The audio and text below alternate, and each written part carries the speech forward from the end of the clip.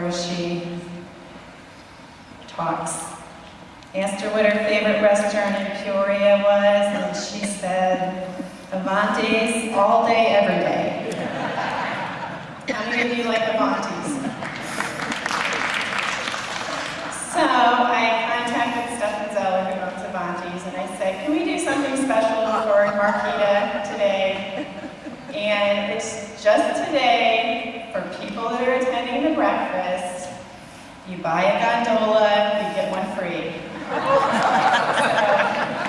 that's in honor of Marquita today, because of your love for Avanti's.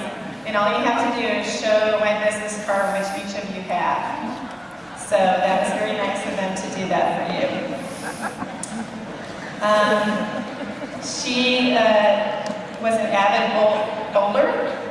She was part of the TNBA from age 8 through 18. And she received a scholarship for college from the bowling league.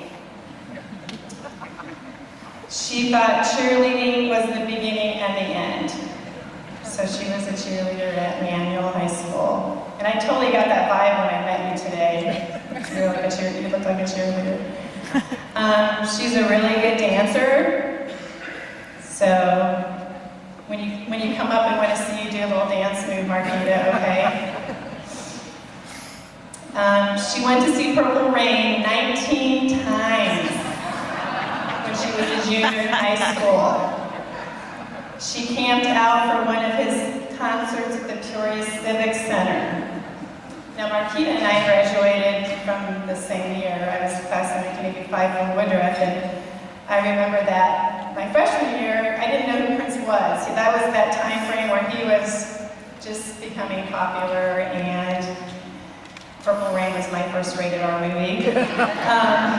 So I do remember that very fondly. As an adult, she loves to travel with her husband, read, listen to music, and go to consignment shops. There's some really nice consignment shops in Peoria. You have to stop and check them out. She doesn't have children, but she has 9 godchildren. So go figure, she says. She says also she is an absolute drama queen. So Sylvian, is that true? Okay. And she says she loves her little family. Her alter ego's name is Simone, and she is a free-spirited Bohemian African queen. And I just also wanted to point out before we have her come up that Mariah, who's in the picture, who's here today, she served on our foundation board for 3 years, which I loved having her because she proactively reached out when she was here in town working at Caterpillar and asked if she could get involved, and I love that, having the youth and just that excitement, and she did a great job. And then now her mother's serving on our board, Sylvian, and Mariah is Marquita's godchild niece. So kind of that connection's nice to pull all around. But at this time, let's give Dr. Marquita Furness Davis a big round of applause.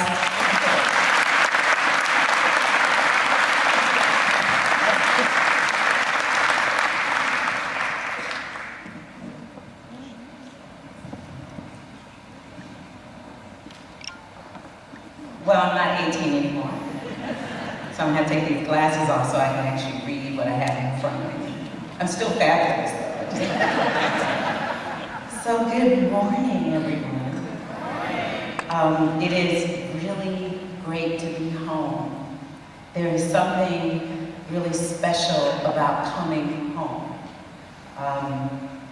First, I feel like I'm in church. You know how you have to recognize the pastor, missionary board, and all those other people, but I do really want to acknowledge my family and my extended family, the Gilhursts in the back. My sister had to bribe everyone to come, and that's what sisters are supposed to do. And so for all my sorors that are here, Delta Sigma Theta Incorporated, and for my family here, my childhood friends, my childhood best girlfriends, all of you all who made time to come and be with us today. I am so thankful. My heart is full of so much gratitude, and I'm so humbled that you would think enough of me, little old me, little black girl, grew up on Howlett, to be here. So thank you so much. Thank you, Cindy.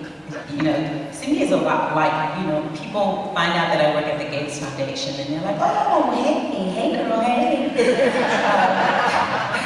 They want to find out more about what's going on, and she was so gracious to say, you know what, listen, I'd love for you to come back and talk about your experiences being part of this community.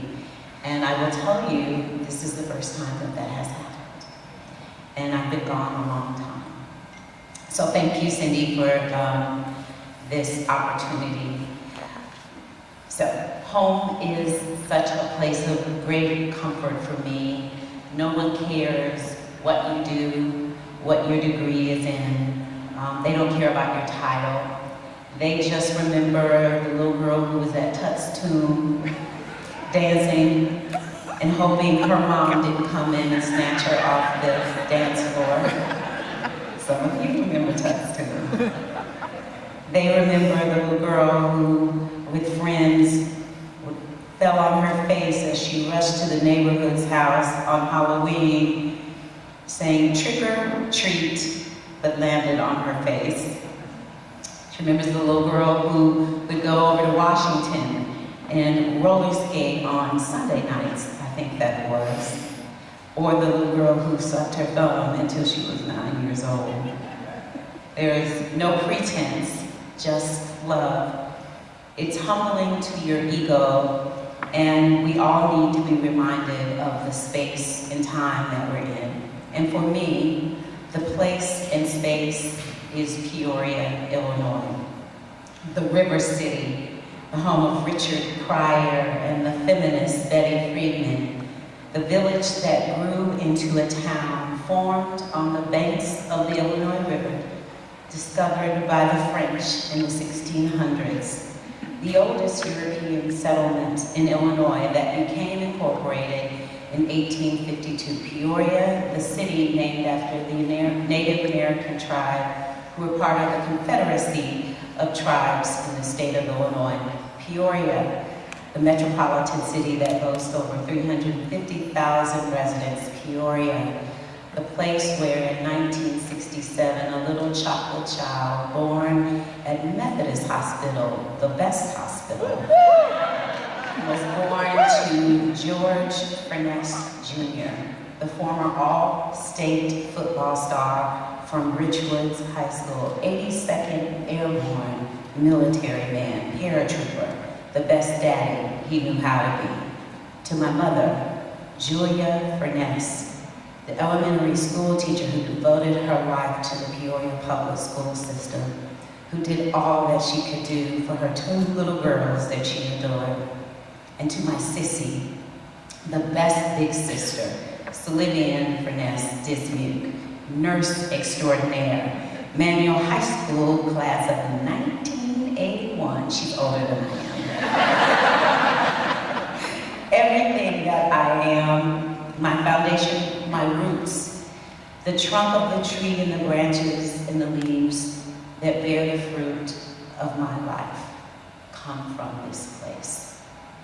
I was educated in the Peoria public school systems from kindergarten until I graduated 35 years ago this year from Manual High School, the orange and black mighty Manual Rams. But let me not get too ahead of myself. I started my life in the system at 6th grade school, which is now Chili's. It was a community school.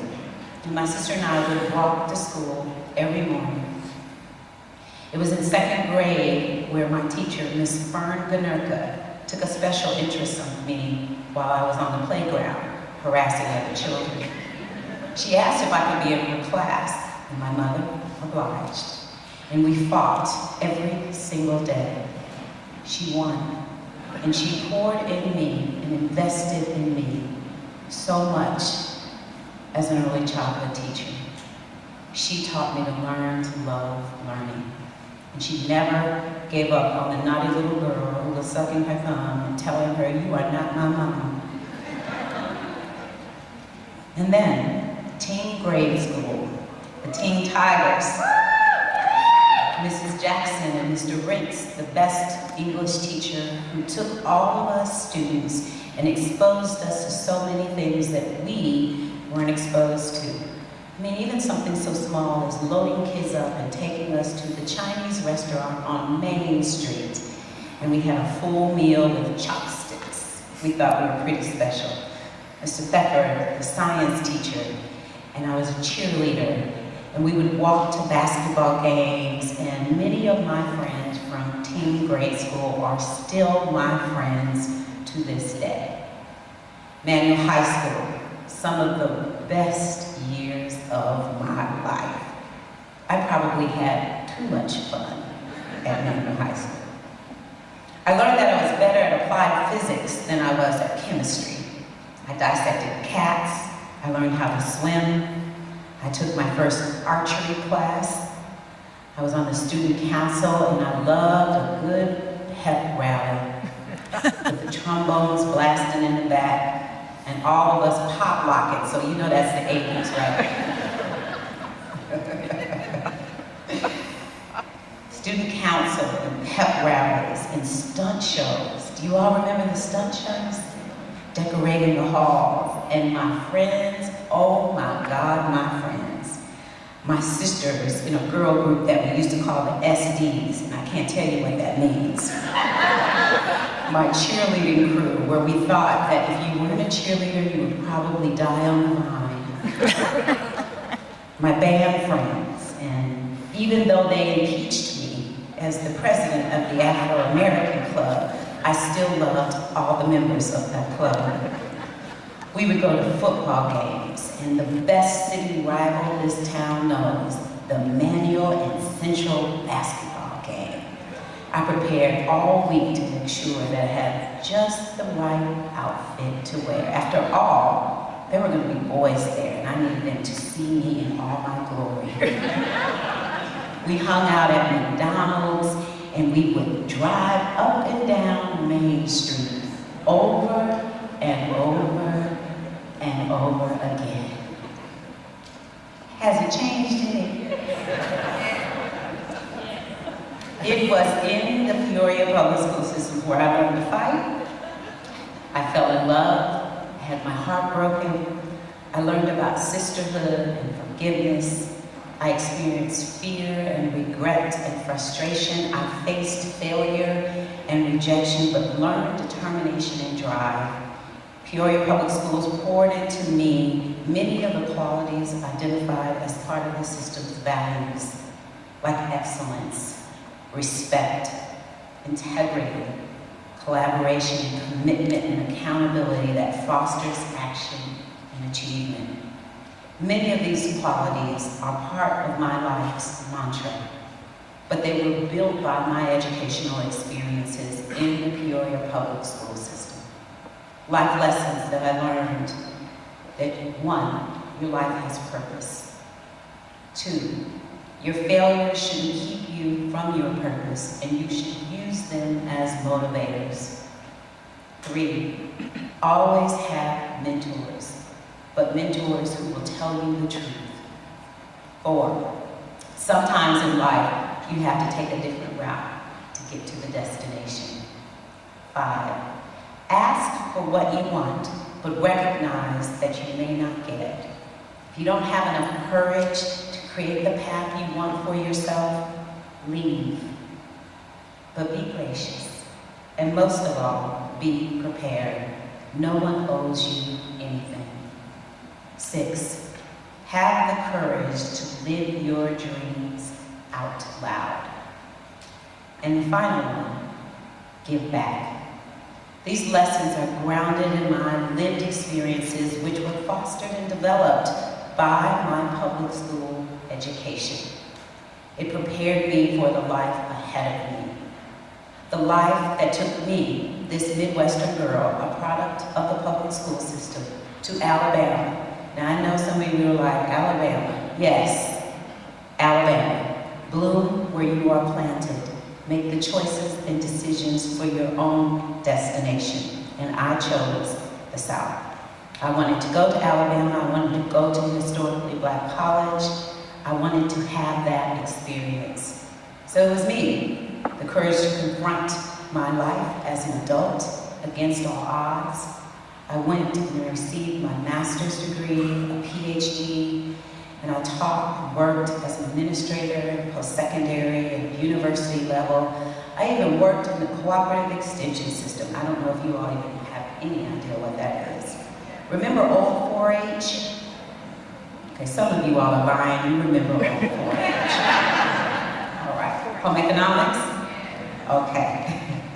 I became the director of a large Head Start program for 1,500 children, 300 employees. I was appointed by 2 governors, serving as a director and commissioner, and the first African-American woman to serve as the state finance director in the history of the state of Alabama, which became a state in 1819.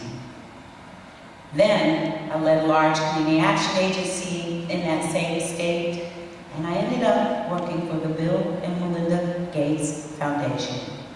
Not bad for a little Black girl from Peoria, Illinois, educated in the Peoria public school systems. Me, the product of this school system. Me, very atypical, nothing extraordinary. Actually, I'm unlikely. I didn't have straight A's, I struggled in school. I struggled a lot in college because I was too extroverted. You do have to go to class.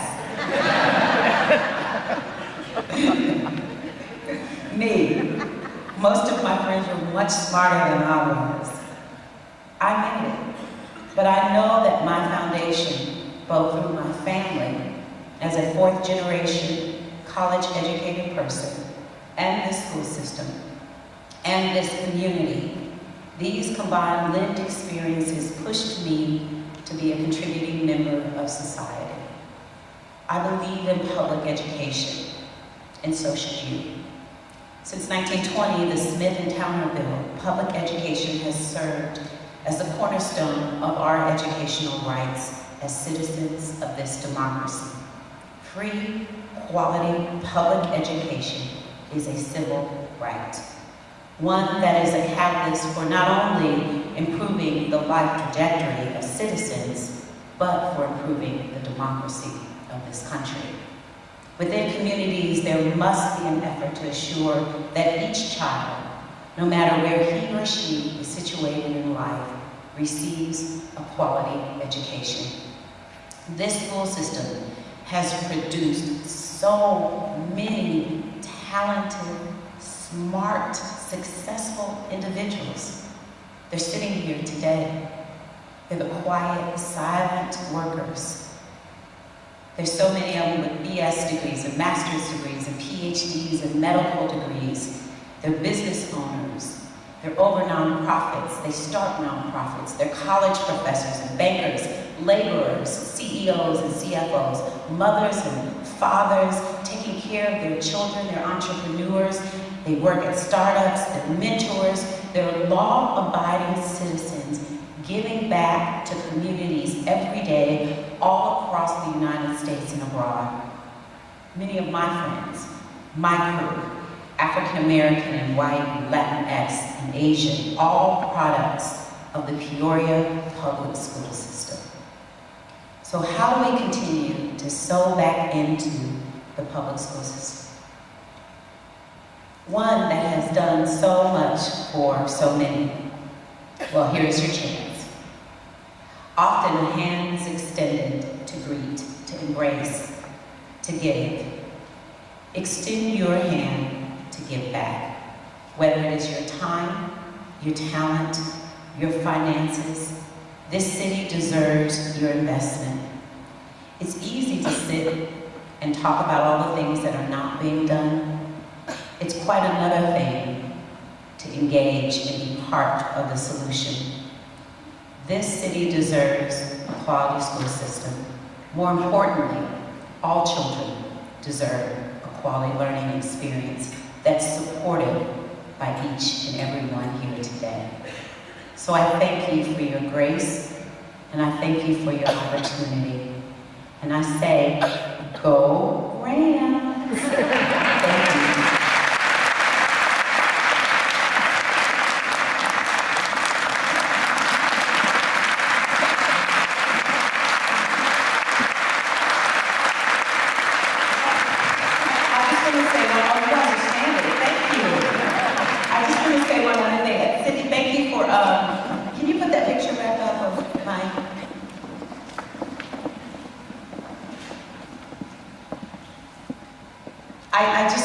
I love this picture, and I want to thank Cindy for putting it up. You see, I had a very eclectic life, and some of these people are here today, and I want to thank them for coming.